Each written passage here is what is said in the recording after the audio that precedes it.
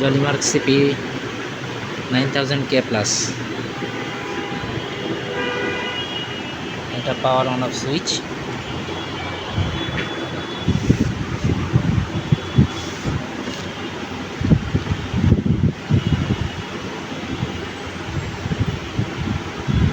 Power point,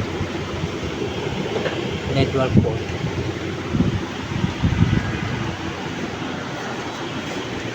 switch on.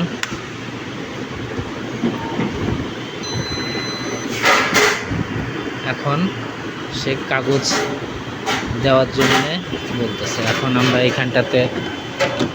এখানে কাগজ যদি লাগাই, এটা হলো ট্র্যাক্টর, দুইটা ট্র্যাক্টর। আমি যদি এখন কাগজ লাগিয়ে ফর্ম ফিট চাপ দিই, তাহলে সে কাগজটাকে লোড করবে এবং কাগজ যখন আসবে তখন এই পেপার আউটের বাতিটা থাকবে না, পেপার লাগানো হলো।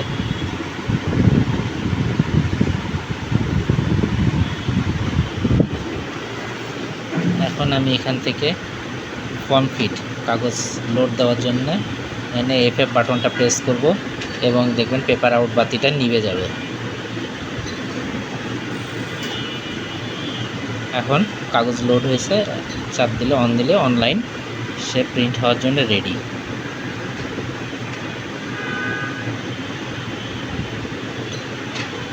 এখন আরেকটা জিনিস, এখানটাতে যখন আপনি দেখবেন যে লোড পেপার কোয়ালিটি LQ লেখা আছে, তার মানে আপনার প্রিন্টের স্পিডটা স্লো হবে। এটা LQ থেকে প্রিন্টের স্পিডটা ফাস্ট করার নিয়মটা হচ্ছে অফলাইন কোয়ালিটি বাটনটা, এই যে কোয়ালিটি লেখা বাটনটা, এটাকে আপনি কয়েকবার চাপ দিতে হবে। প্রথমে দিলে LQ, আবার চাপ দিবেন NLQ, এরপরে HDRQ ড্রাফট। এই অবস্থায় থাকলে আপনি ছেড়ে দিবেন।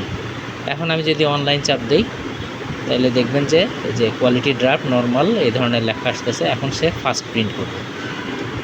এবং কাগজ যদি বের করে দিতে চাই, সেটা এখান থেকে পার্ক এই বাটনটা চাপ দিলে পরে কাগজটা বের হয়ে যাবে।